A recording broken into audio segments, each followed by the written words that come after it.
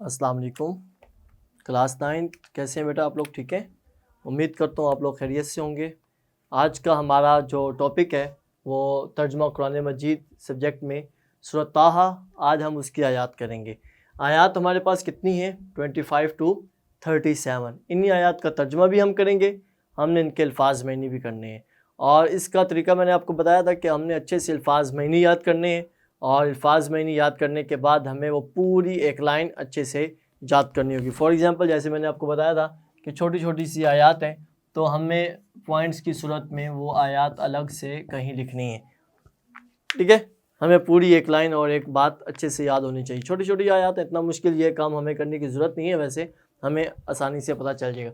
الفاظ میں نہیں یاد ہوں گے تو باقی ہمارے پاس ان لفظوں کو ارینج کرنا کہ وہ ہم آسانی سے ایک جملہ ایک اس میں آنسر بنا سکتے ہیں، ٹھیک ہے؟ تو ہماری سورۃ طٰہٰ ہے، پیج نمبر 21 ہے ہمارے سامنے، آپ بک نکال لیجئے گا اور یہاں پہ ہم یہ کام مکمل کریں گے، ٹھیک ہے؟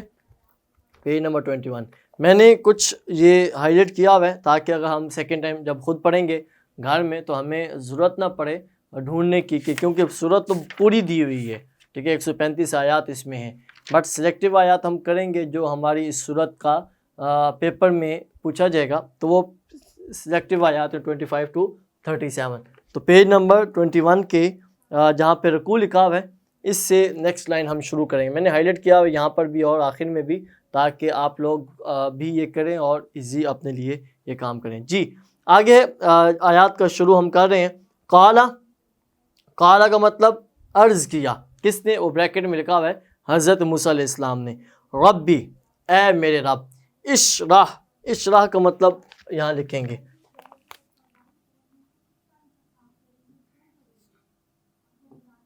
اشرح، تو کھول دے۔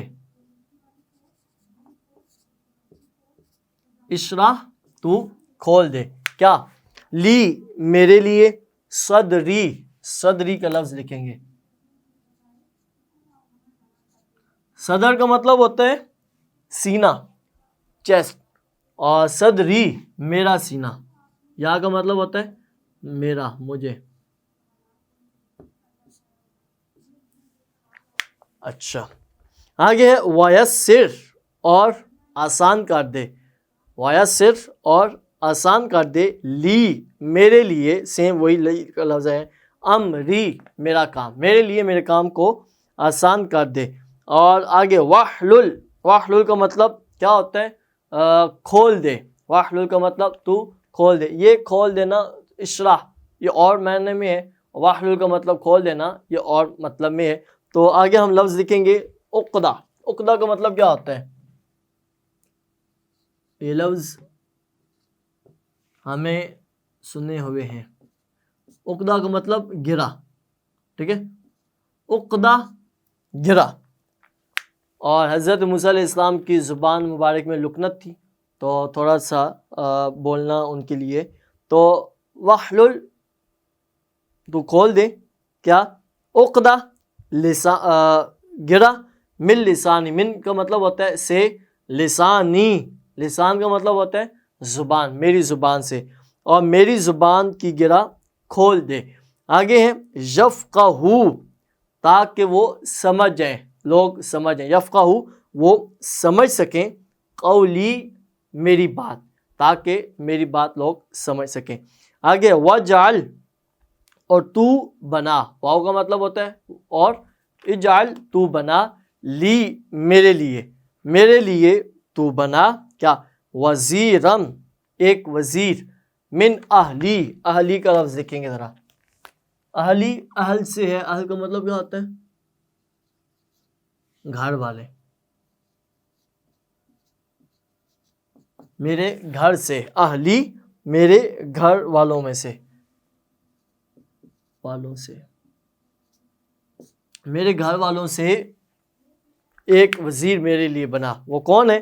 ہارون اخی، ہارون کا مطلب حضرت ہارون علیہ السلام، اخی کا مطلب میرے بھائی، اور میرے بھائی ہارون کو، اخی کا لفظ بھی چلے میں لکھ دیتا ہوں آپ کے لیے،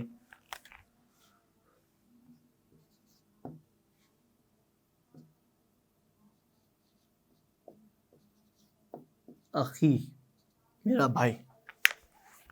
آگے ہے ہمارے پاس اشدد. اشدد کا مطلب بھی ذرا لکھیں گے.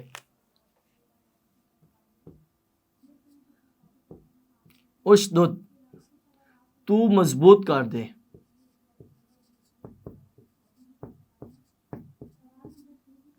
تو مضبوط کر دے. اشدد تو مضبوط کر دے. بھی اس کے ساتھ کیا؟ ازری. ازری لفظ آئے گا. ازری میری کمر.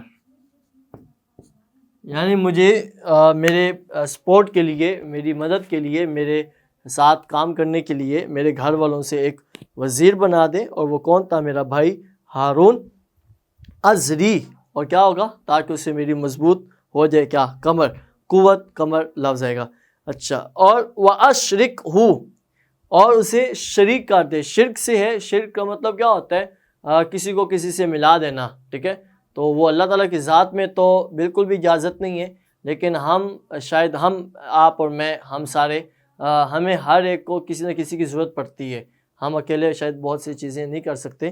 تو وَأَشْرِكْهُ ہمیں پارٹنر کی، شریک جسے کہتے ہیں بزنس پارٹنر ہو یا کسی بھی چیز میں شیئر کرنا ہمارے لیے تھوڑا سا ضروری ہوتا ہے کہ بات یا کام ہم ذرا شیئر کر لیں. تو وَأَشْرِكْهُ اور اسے شریک فرما دے. کیسے؟ فی امری. یہ پہلے بھی ہم نے لفظ پڑھا. امری کا مطلب کیا ہوتا ہے؟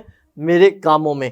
میرے کام میں اسے شریک کر دے. یہاں کمر کے ساتھ ہم قوت بھی لکھ لیں گے تاکہ جو بھی چیک کرنے والے کے مائنڈ میں ہوگا تو وہ دونوں کو کنسیڈر کر سکتے ہیں، کمر بھی اور قوت بھی.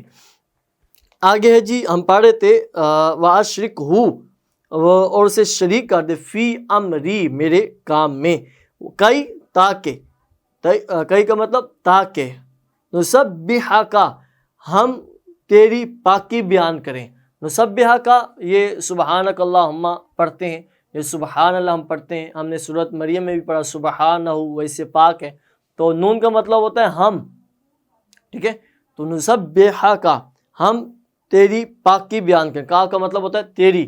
کثیرہ کا مطلب بہت زیادہ، بہت زیادہ. تاکہ ہم یکجاں بریکٹ میں لکھا ہو یعنی مل کے ہم تیری کثرت سے پاکی بیان کریں. آگے وَنَذْكُرَكَ اور ہم تیرا ذکر کریں. واو کا مطلب اور نون کا مطلب ہم. نذکورا اور ہم ذکر کریں. کا مطلب تیرا. ہم تیرا ذکر کریں کثیرہ کثرت کے ساتھ. ہم دونوں بھائی مل کے کثرت سے تیرا ذکر کریں. آگے انکا بے شک، کنتا بے شک، کنتا تو بنا ہمیں، بصیرہ دیکھنے والا ہے. بصیرہ لفظ لکھیں گے ذرا.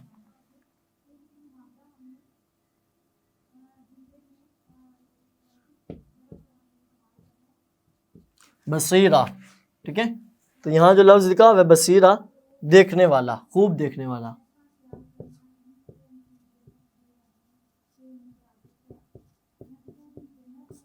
بصیرہ اللہ تعالیٰ کی ذات ہے تو خوب دیکھنے والا ہے. آگے ہے جی، قال اللہ نے فرمایا. شروع میں ہم نے پڑھا تھا قال رب اشرح لی صدری ویسر لی. تو حضرت موسیٰ علیہ السلام نے اللہ تعالیٰ سے دعائیں کی تھی.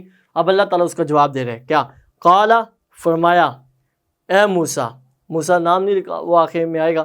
تو اللہ نے فرمایا کیا؟ قد یقیناً بے شک، اوتیتا تمہیں دے دیا گیا. اوتیتا تمہیں دے دیا گیا. یہ بھی لفظ لکھیں گے. چلیں، اتنا مشکل نہیں ہے لیکن ہمیں یاد کرنا ہے. اوتیتا تمہیں دے دیا گیا. تمہیں دے دیا گیا. کیا؟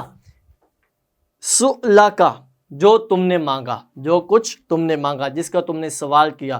اے موسیٰ، یا موسیٰ، اے موسیٰ، اے موسیٰ، جو تمہیں دے دیا گیا جو کچھ تم نے مانگا. جو سوالات، جو ڈیمانڈز، جو اللہ تعالیٰ سے باتیں کی حضرت موسیٰ علیہ السلام نے، اللہ تعالیٰ نے وہ سے انہیں عطا فرما دی. آخری آیت ہے وَلَقَدْ اور واو کا مطلب اور. لقد بے شک، مننا ہم نے احسان کیا. مننا